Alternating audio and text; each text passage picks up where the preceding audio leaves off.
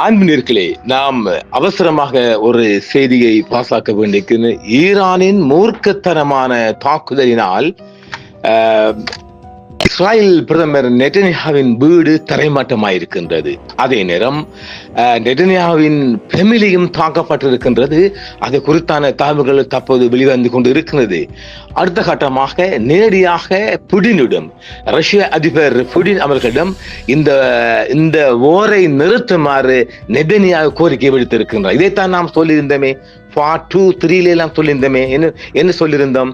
அதாவது இப்படியே ஈரான் தன்னந்தனியாக நின்று முரட்டுத்தனமான முரட்டு அடிகளை கொடுக்கின்ற போது இஸ்ரேல் தானாகவே ஒரு பேச்சுவார்த்தை இழுக்கப்படும் என்று இப்போது நடந்து கொண்டிருக்கின்றது. இந்த செய்தி நாம் நள்ளிரவு தாண்டி நான் உங்களுக்கு வழங்க ஒரு காரணம். எனவே இது குறித்தான நாங்கள் ஏகப்பட்ட செய்திகளை வழங்க இருக்கின்றோம். இது முதலாக உலக பார்வையில் மிக வெட்கப்பட வேண்டிய ஒரு விடயமாகத்தான் பார்க்கப்படுகின்றது. இதே நேரம் நெதன்யாஹு இந்த தாக்குதல் நடைபெறுகின்ற போது அவர் வீட்டில் இல்லை, பங்கருக்குள் இருந்திருக்கின்றார். ஏனெனில் அவருக்கான மொஷாட் தகவல் கொடுத்திருக்கின்றது, தங்களது வீடு குறிவைக்கப்படும் என்று. அதனால் அவர் ஒழித்து விட்டதாகவே செய்திகள் பரவலாக அடிபடுகின்றது. இது உங்களுக்கு தரப்படுகின்ற ஒரு பிரேக்கிங் நியூஸாக நாங்கள் தருகின்றோம். இந்த விடயத்தில் ஒரு சரியாக சொல்ல போனால் மயிரிழையில் மொஷாட் தளபதிகள் தப்பி இருக்கின்றார்கள். மயிரிழையில் நெட்டன்யாஹு தப்பி இருக்கின்றார். ஈரானின் மூர்க்கத்தனமான அடி தொடரப்போ, ஏனெனில் இன்று அதிகாலை, அதாவது திங்கள் அதிகாலை ஒரு ஒரு மூர்க்கத்தனமா நாம் சொல்லியிருந்தோம் இல்லையா, ஒரு மூர்க்கத்தனமான தாக்குதலை ஈரான் மீது இஸ்ரேல் தொடுக்க போகுது என்று ஈரான் முந்திக் கொண்டது. இதுதான் இந்த டிப்ளமேட்டிக் ராஜதந்திரம். இந்த ராஜதந்திரத்தை நான் வரவேற்பேன். எதிரியின் கோட்டைகள் அடிப்பது போன்று முந்திக் கொண்டு தாக்குவதை நான் வரவேற்பேன். அது யாராக இருந்தாலும் பரவாயில்லை. நீதி நியாயம் என்கின்ற போது, யுத்தம் என்று வருகின்ற போது முந்திக் கொள்ள வேண்டும். எதிரிக்கு எதிரி நண்பன் போன்று பாருங்கள். பாகிஸ்தான் தனது நேவி படைகளை ஈரான் நோக்கி நகர்த்தி இருக்கின்றது. பாகிஸ்தான் இதே நேரம் ஒரு எச்சரிக்கை கொடுத்திருக்கின்றது இஸ்ரேல். அடுத்தது ஈரான் மீது பாகிஸ்தான் மீது தாக்க போகின்றோம். அது ஈரான் முடிவடைந்தால் அடுத்தது பாகிஸ்தான். அதனால் தான் பாகிஸ்தான் முந்திக் கொண்டது ஈரானுடன். இப்பொழுது நிலைமை இதே கள நிரப நாங்கள் பார்ட் 2 சொல்லிருக்கின்றோமே, இதே கள நிலவரத்தில் பாகிஸ்தான் தன்னந்தனியா ஈரான் தன்னந்தனியாக நின்று தாக்குகின்ற போது அரபு நாடுகளும் சேர்ந்து கொள்ள வாய்ப்பு இருக்கின்றது. ஏனெனில் அமெரிக்கா விலகி கொண்டது. சீனா உறுதியாக ஈரான் பக்கம் நிற்பதை அறிந்த பிற்பாடு அமெரிக்கா முற்றுமுழுதாக வழிவிட்டது. வேண்டிய அளவுக்கு ஆயுதத்தை எடுத்துக்கொள்ள எங்கிட்ட போர்சஸ் வராது என்று. அதன் தான் இந்தியாவிடம் இப்போது போர்சஸ் கேட்கின்றார். இந்தியா ஏற்கனவே கொடுத்திருக்கின்றது. அந்த இந்தியா அரசு செய்தி நாங்கள் இப்போது தரப்போம். தற்பொழுது ஈரானின் தாக்குதலின் உச்சகட்டமாக 742 வீட்டு உரிமையாளர்கள் அவர்களின் வீடு தரைமட்டமாய் இருக்கின்றது. Homeless after Iran strike, government shock. அதாவது 722 இஸ்ராயலிகளின் வீடு தரைமட்டமாகி இருக்கின்றது ஈரானிய தாக்குதலால். இதையும் நாங்கள் எடுத்துக்கொள்ளும். ஒரு அவசர அறிவிப்பொன்றை யெமன் ஹூதிகள் தெரிவித்திருக்கின்றார்கள். அது ஆல் தி இஸ்லாமிக் நேஷன், சகல இஸ்லாமிய நாடுகளையும் இஸ்ரேலுக்கு எதிராக மோத தயாராகுங்கள், ஒரு யுத்தம் ஒன்றுக்கு தயாராகுங்கள் என்று யெமன் ஹூதிகள் அறிவித்திருக்கின்றார்கள். இது ஒரு பரபரப்பு செய்தியாக வளைகுடாவில் ஒரு அதிர்ச்சியாகவும் இருக்கின்றது. போற போக்கின்றை பார்த்தால் காட்சியும் கானமும் மாறுகின்றது. தன்னந்தனியாக ஈரான் அடிக்கின்ற மரண அடியை தாக்கு பிடிக்க முடியவில்லை. அதனால் இன்னும் இந்த தாக்குதல் அதிகரிக்கும் என்று ஈரான் தெரிவித்திருக்கின்றது. இந்த செய்திகளை எல்லாம் உற்று நோக்கின்ற போது இஸ்லாமிய நாடுகள் மீண்டும் ஒன்று சேரக்கூடிய, அதாவது ஈரானுடன் ஒன்று சேரக்கூடிய ஒரு நிலவரம் தான் தென்படுகிறது. அச்சமாகவும் இருக்கலாம். இதேவேளை ஈரான் ஒரு பாரிய எச்சரிக்கை விடுத்திருக்கின்றது.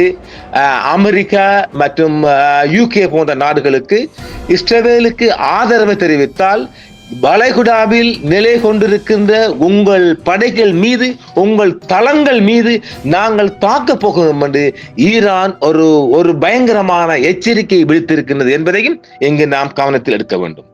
இதேவேளை இஸ்ரேலிய துருப்புக்கள், நூற்றுக்கணக்கான துருப்புகள் தங்கள் ரிசைன் பண்ணிவிட்டு அவர்கள் வித்ட்ரா பண்ற மாதிரி இருக்கு. அதாவது கொஞ்சம் பயந்துட்டாங்க, அச்சம் அதிகரித்திருக்கின்றது. அதனால் இஸ்ரேலிய துருப்புக்கள் பெருமளவு தங்கள் பதவியை ராஜினாமா செய்துவிட்டு வீட்டுக்கு சென்று கொண்டிருக்கும் அந்த ஒளிபரப்பை நாங்கள் தருகிறோம். இஸ்ரேலின் 10 3F-5 விமானங்கள் சுட்டு வீழ்த்தப்பட்டிருக்கின்றது. விமானிகளும் கைது செய்யப்பட்டிருக்கின்றார்கள். இதுவும் ஒரு செய்தியாக நான் பார்க்கலாம். அமெரிக்க துருப்புக்களை இந்த யுத்தத்தில் நேரடியாக களமிறங்குமாறு அமெரிக்காவிட நெத்தனியாக கெஞ்சி கொண்டிருக்கின்றார். ஆனால் அமெரிக்கா களத்தில் இறங்க விரும்பவில்லை. இது அடுத்த செய்தியாக வருகின்றது.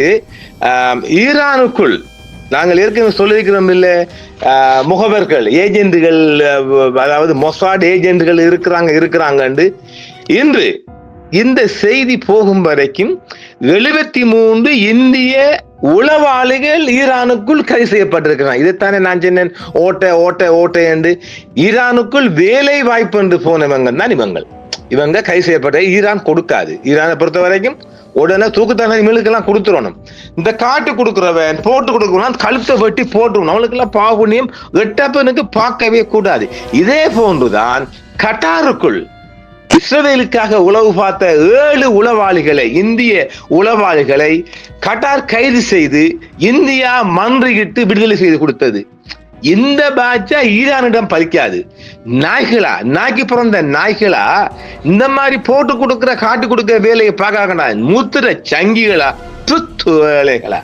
எனவே இந்த காட்டு கொடுக்கிற வர்க்கங்கள் இருக்கும் வரைக்கும் எந்த ஒரு போராட்டமும் ஜெயிக்காது. நான் தான் சொன்னேனே, ஓட்ட என்று. அங்க பார்த்தால் அவங்க தேடினவங்க எல்லாம் யாருன்னு சொன்னால் 73 பேர் என்று சொன்னால், இந்த 73 நாய்க்களை தான் இந்த சயின்டிஸ்ட் எல்லாம் போட்டு கொடுத்துக்கிறாங்க. பாத்தீங்களா?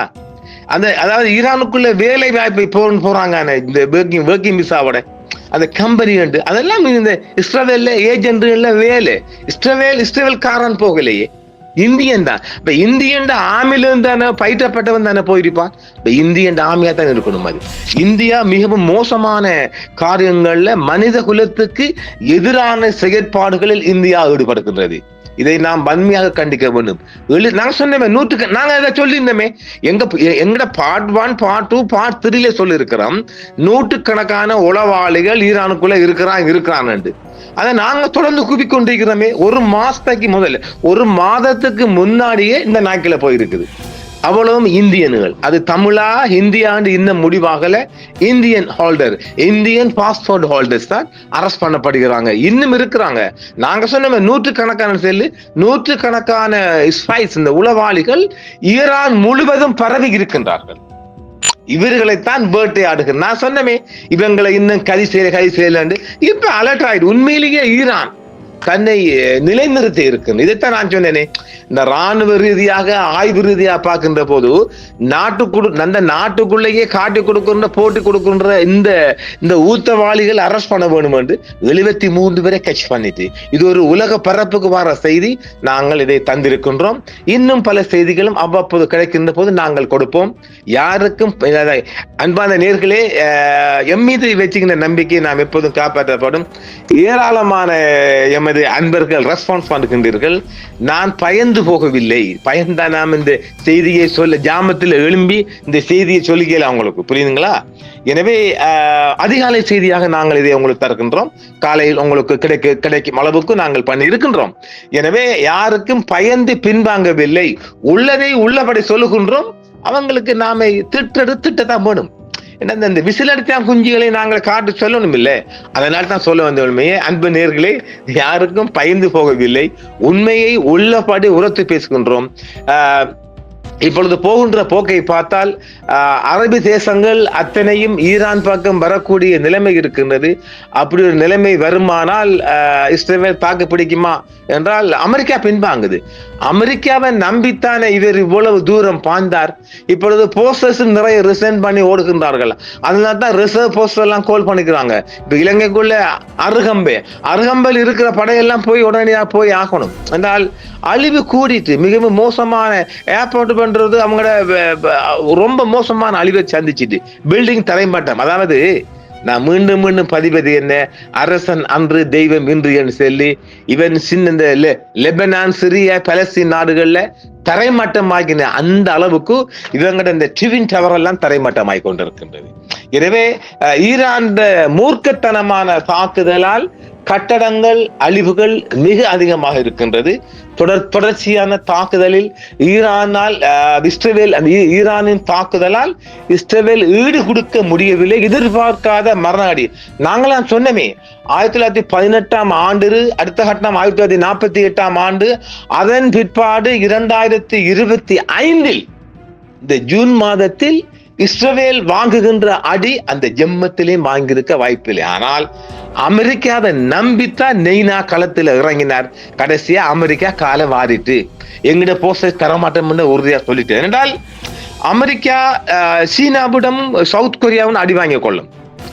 சீனா உச்சகட்டமா நிற்குது. நாங்க சொன்னோமே எங்களது இந்த தேர்ட் பார்ட் ரெக்கார்டிங் போகும் வரைக்கும் சீனாவின் 4 கார்கோ விமானங்கள் நவீன ரக ஆயுதங்களை ஈரானுக்கு சப்ளை பண்ணி இருக்கின்றது. நாங்க சொல்லுமே CLX Charlie Lima X CLX முதல் கால் பதித்திருக்கின்றது.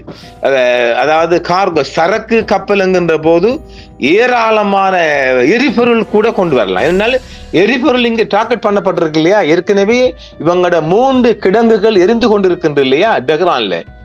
இவன் இஸ்ரேல் அடி. அதே நேரம் ஹைஃபா ஹார்பர் இன்னும் ஃபயர்லாம் இருக்குது. அதுவும் இன்னும் அதையும் சமாளிக்க முடியல. ஏராளமான கிட்டத்தட்ட 800 இந்த செய்தி நாம சொல்லி முடிந்து மறுகணமே செய்தி வந்திருக்கின்றது. 800 குடும்பங்களுக்கு மேல் வீதிக்கு வந்து விட்டார்கள். எல்லோரும் அண்டர் கிரவுண்ட் ஒலித்துக் கொள்கின்றார்கள். அங்கு சைரன் ஒலி இஸ்ரேலுக்குள் சைரன் அடித்துக் கொண்டே இருக்கின்றது. ஒரு விடயத்தை நாம் பதிவு செய்கின்றோம். அதாவது இந்த மாதிரி நாடுகளுக்குள் இந்த ஒர்க்கிங் விசா வேலை வாய்ப்பு போகின்ற அத்தனை இந்தியனும் உளவாளிகள் பாத்தீங்களா. இங்கும் எங்க நாட்டுக்குள் நம்ம நாட்டுக்குள்ளேயும் புடவை வியாபாரம் என்ற போர்வையில் வருகின்றதெல்லாம் ரோக்காரங்க. அப்ப இந்த ரோக்காரங்க தான் அதாவது ஒரு ட்ரைனிங் இல்லாம உளவு பார்க்கிற இதற்கென்று பயிற்றுவிக்கப்பட்டவர்கள் பெருத்த சம்பளத்துடன் அதிகாரிகளாக இருக்கலாம். இந்தியன் பாஸ்போர்ட் ஹோல்டர் தானே. அவங்கள ஈரான் கணக்கெடுக்கல. என்ன அவங்க லேபர் மாதிரி லேபர் வேலைக்கு மாதிரி தான் போறாங்க. இந்த ஒயில் ஃபேக்டரிகள், இந்த ஒயில் கம்பெனிகள் மற்றும் இந்த இரும்பு கம்பெனிகளுக்கெல்லாம் வேலைக்கு போறவங்க எல்லாம் ஸ்பைஸ். இவன் தான் நாங்கள், இவன் தான் உளவாளிகள். இப்ப பிடிச்சிட்டாங்கல்ல. நாங்க பார்ட் 1, 2, 3 சொல்லியிருந்தோமே 100 கணக்கான உளவாளி இருக்கான்னு. இதைத்தான் நாங்கள் சொல்லுவோம். இப்ப 73 பேர் பிடிபட்டாலும் இன்னும் ஒரு 50 பேராவது இருக்கணும் ஈரானுக்குள். இவர்களை கரி செய்தால் மாத்திரம்தான் ஈரான் அதாவது இந்த டிஃபென்ஸ் சிஸ்டம் காப்பாற்றப்படும். இந்த டிஃபென்ஸ் சிஸ்டம் எல்லாம் துல்லியம் இவண்டெல்லாம் அதாவது இந்த மிக நீண்ட அதாவது என்ன சொல்றது சேட்டலைட் போன் இருக்கும். எல்லாம் இந்த உளவாளிகளிடம் சேட்டலைட் போன் இருக்கும். அவங்களுக்குரிய கோட்வேர்டு இருக்கும். உதாரணமாக சேட்டலைட் தொலைபேசி மூலம் உடனடியாக டெல் அபிவி உள்ள அவங்களோட ஹெட் ஆபீஸுக்கு அறிவிக்கலாம். ஏன்னா இவனுக்கு ஒவ்வொருத்தருக்கும் ஒவ்வொரு பணி வழங்கப்பட்டிருக்கும். அந்த பணிகளை கச்சிதமா இந்தியன் செய்வான். இந்தியன் அதுலாம் ரொம்ப வலுக்கட்டிக்காரனுகள். அவனுக்கு கொடுக்கப்பட்ட பணியை மேலே அந்த ஹோப்பை விட மிக அதிகமாக செய்திருப்பார்கள். எனவே கைது செய்யப்பட்டிருக்கிறார்கள். வாழ்த்துக்கள். ஈரான் போஸ்டர்ஸுக்கு ஒரு சல்யூட். ஏனெனில் இந்த எட்டப்பன் எங்கிருந்தாலும் பிடிபடணும். நான் அது முதுக காட்டி கொல்லப்படுறவரை எட்டப்பன் கூட்டி கொடுக்கிறவன் யாரா இருந்தாலும் பரவாயில்ல, அவன் கழுத்தை வெட்டணும். ஈரான் வெட்டும், வெட்டி ஆகணும்.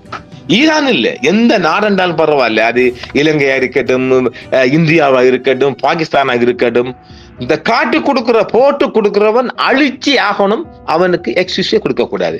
நன்றி நேயர்களே, அவசர வேண்டுகோளின் மூலம் வந்திருக்கின்றேன். மீண்டும் சந்திப்போம். என்றும் உங்களுடன் சன்ரைஸ் இந்தியா டிவி. சப்ஸ்கிரைப் பண்ணுங்கள், பெல் பட்டனையும் கிளிக் செய்யுங்கள். உங்கள் ஆதரவை எங்கள் சேவை. ஆதரவு தாருங்கள், அரவணைப்போம். மறக்காம சர்ப்ரைஸ் பண்ணுங்க. தேங்க்யூ.